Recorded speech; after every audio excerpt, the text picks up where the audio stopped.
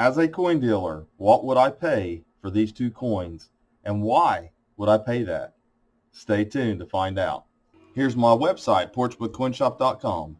I still have the peace dollars and the Morgan dollars and solid-date rolls for sale. It will not last much longer, but I've sold a few, and I would like to give the deals because those coins are going for a lot more than what I have on this site right now. So anyways, check out portsmouthcoinshop.com. So first off, I have this ICG. It's a Mint State 62. It's an 1878S, obviously, a Morgan dollar. And the coin's pretty much toned up. It looks a little bit worse than I'm showing in the video because it's a little bit darker. The lighting is really lighting the coin up a lot. And it's not really anything that special. It is a better date and mint. So brought this in, and gray sheet is $60. And typically on a coin like that, you'd buy back an AU, which is $50 an AU. Because a 62 and an ICG holder and being dark, it's not that appealing. So I went ahead though, and I offered $60 since that was the gray sheet for a 62. Morgan dollars are hot right now. If I can make, if I can sell it for $70, $75 or something like that, might do all right because, it is the grade. It looks okay. I mean, you'd have to like a darker coin. I typically don't want to pay that much for it. $50 would have been more ideal, but I mean, it is what it is. There was other coins that I was buying in the lot. Okay. If I can get a better deal on something else, then I can pay up for some things that are kind of hot and selling pretty good. Then I have this one. This is of course, the 1928 key date for peace dollars, AU 58. And my initial offer on this coin was $250. And gray sheet is $250. And I wrote down the PCGS had it at $350, and gray sheet and extra fine was $220. Most dealers would try to buy that coin for $220 and extra fine. And the reason is it's in an ICG holder, but it's a solid AU58. It's a very nice coin. So I looked at the coin, and then I thought, okay, well, he didn't want to sell it at $250.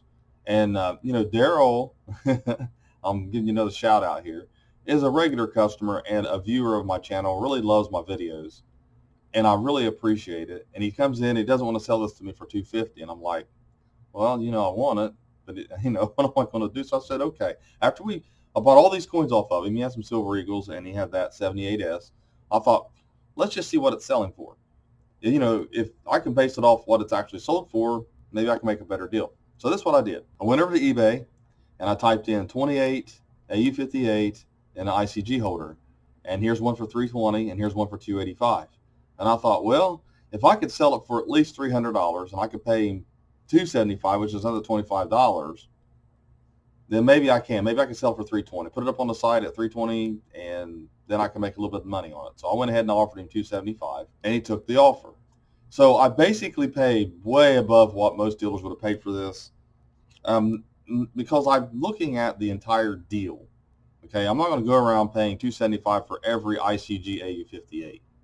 I'm definitely not going to pay $60 for every 78 that comes in like this.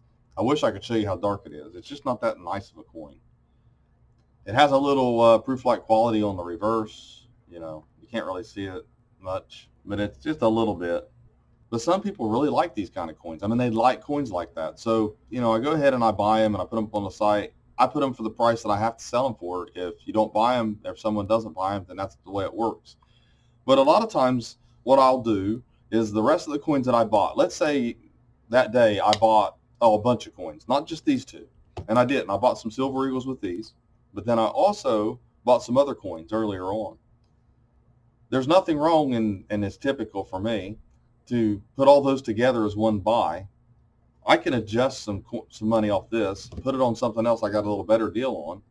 So that way I can sell it. Maybe I got a little bit. Maybe I want to put it up for $320. Someone says, oh, I'll pay you $310. Then I can do that.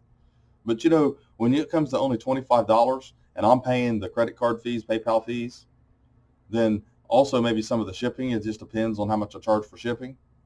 It starts becoming, where I'm not making hardly anything on the coin. And you kind of want to leverage it a little bit, hedge a little bit against each other.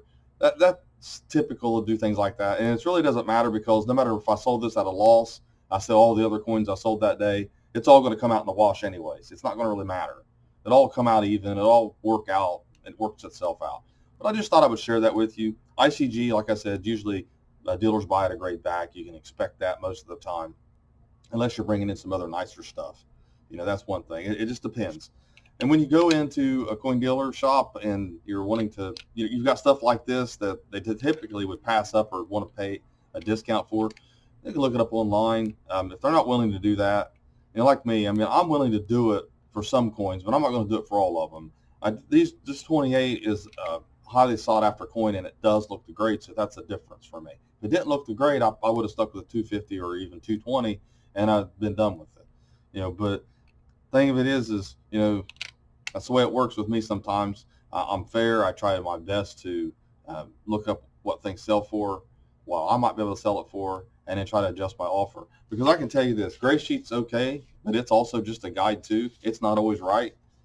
The other thing that you can do, and this is what's funny, because I was thinking of, okay, Mint State. What about Mint State?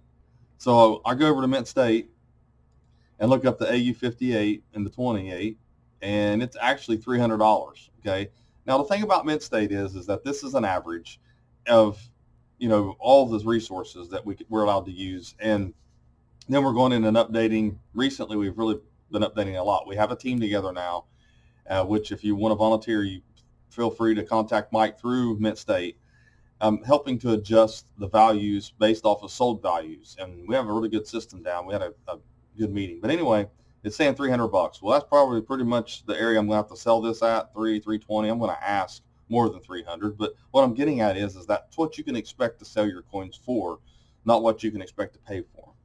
I wanted to clarify that. But yeah, so Mint State's got it at 300. So we're looking at, pretty good resources, and I feel confident in the coin and what I paid for it. He was very happy, and that's what matters. So thanks for watching my latest video. Please like, share, comment. Also subscribe, and have a great day.